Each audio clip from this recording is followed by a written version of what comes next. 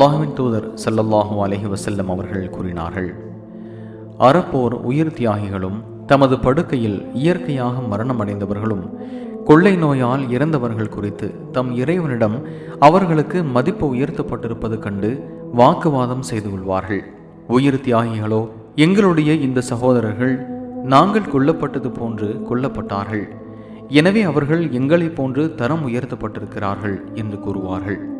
தமது படுக்கையில் இயற்கையாக மரணமடைந்தவர்கள், எங்களுடைய இந்த சகோதரர்கள் நாங்கள் இறந்ததை போன்றே படுக்கையில் இயற்கையாக மரணமடைந்தார்கள் என்று கூறுவார்கள்.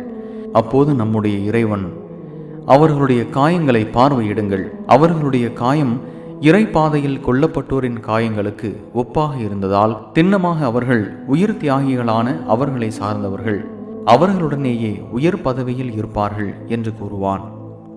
அப்போது அவர்கள் பார்ப்பார்கள், அவர்களுடைய காயம் உயிர் தியாகிகளின் காயத்திற்கு ஒப்பாக ஆகிவிட்டதை காண்பார்கள். இதை இர்ஃபாத் பின் சாரியா ரலியல்லாஹு அன்ஹு அவர்கள் அறிவிக்கின்றார்கள். சுனன் நசாயி 3113.